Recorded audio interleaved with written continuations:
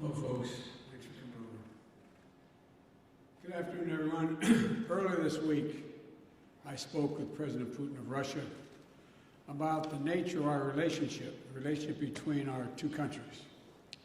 And I was candid, respectful. The conversation was candid and respectful. Two great powers with significant responsibility for global stability.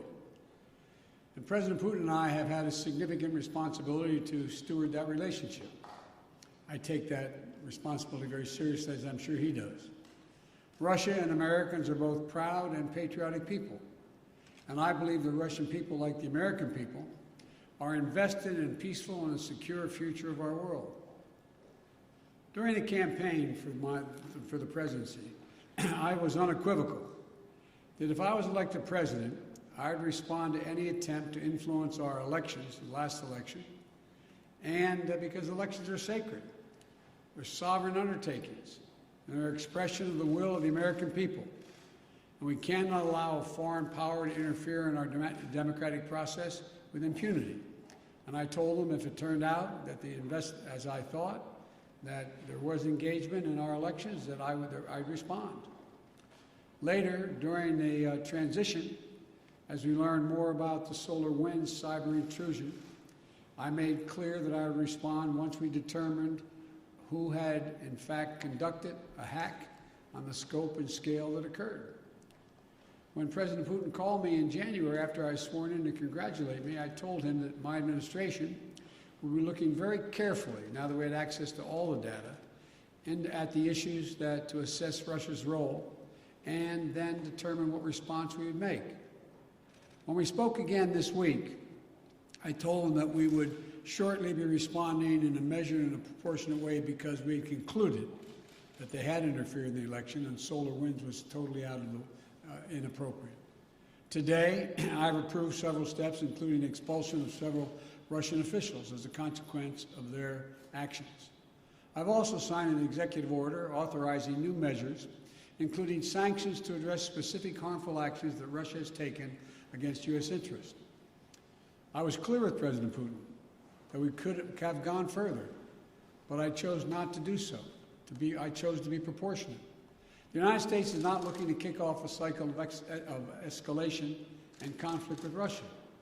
We want a stable, predictable relationship. If Russia continues to interfere with our democracy, I'm prepared to take further actions to respond. It is my responsibility as President of the United States to do so. But throughout our long history of competition, our two countries have been able to find ways to manage tensions and to keep them from escalating out of control. There are also areas where Russia and the United States can and should work together.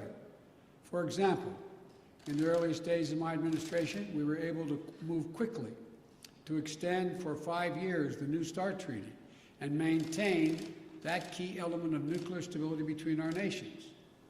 That was in the interest of the United States, of Russia, and quite frankly, of the world. And we got it done.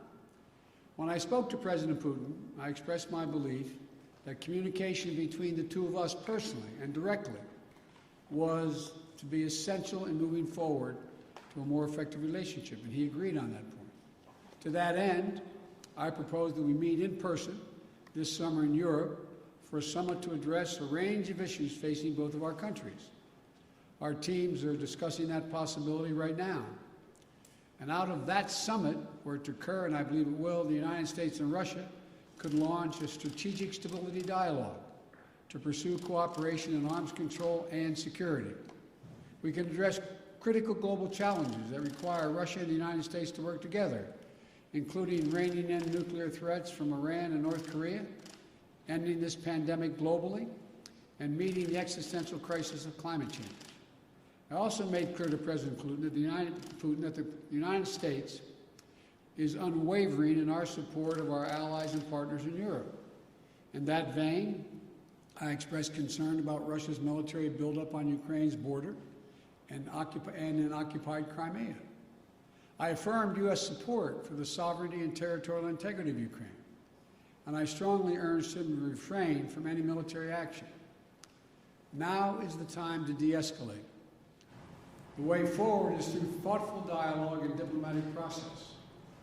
The U.S. is prepared to continue constructively to move toward that process. My bottom line is this: where there's an interest in the United States to work with Russia, we should and we will. Where Russia seeks to violate the interests of the United States, we will respond.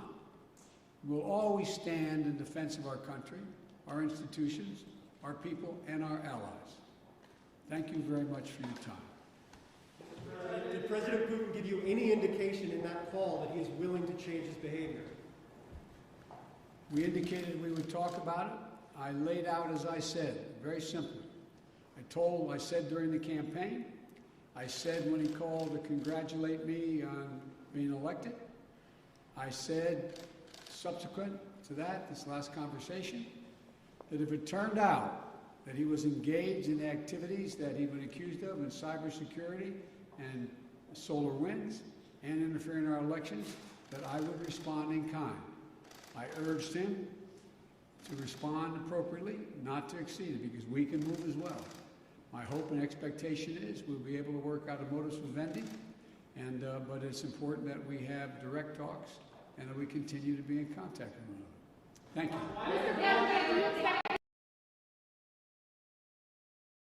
Why not Nord Stream? Why did you keep going with the sanctions on Nord Stream 2, Mr. President? Nord Stream 2 is a complicated issue affecting our allies in Europe. I've been opposed to Nord Stream 2 for a long time, from the beginning when I was out of office and even before office, before I left office as vice president. But that still is an issue that is in play. Thank you very much.